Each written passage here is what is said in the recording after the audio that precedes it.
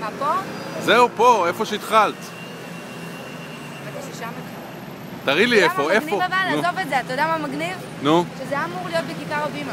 אני זוכר, ולא נתנו כאילו שתהיו לא נתנו ברחבה. אוהלים, בלה בלה בלה, אין בעיה, אין אוהלים. יש אנשים. עכשיו מי איתך? אנשים שהיו איתך מאז ומתמיד, לא? כן, חלק אחרי לילה שלם הלכו לישון קצת כי יש להם תומש של עבודה היום. אנחנו כולנו כאילו מטורף בנסיעה נונסטופ. ברגע שיא היו 200 איש אתמול בשדרה. בסופו של דבר ישנו 8-9 אנשים שם על האספלט. קראו את האוהלים, אמרנו יאללה בסדר, משחררים אוהלים. אפשר בלי אוהל גם, אפשר עם מטריות.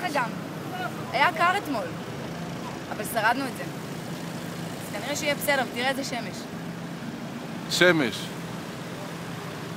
יפ. טוב, אז מה, אנשים, אני רואה, מתחילים לטפטף. כן, גם אני רואה המון קריאות בפייסבוק שאנשים שאומרים אני אבוא אחרי עבודה. טוב, הנה הקריאה שלך בפייסבוק. כן? כן, עכשיו. חבר'ה, כולכם מוזמנים להיפגש בכיכר הבימה.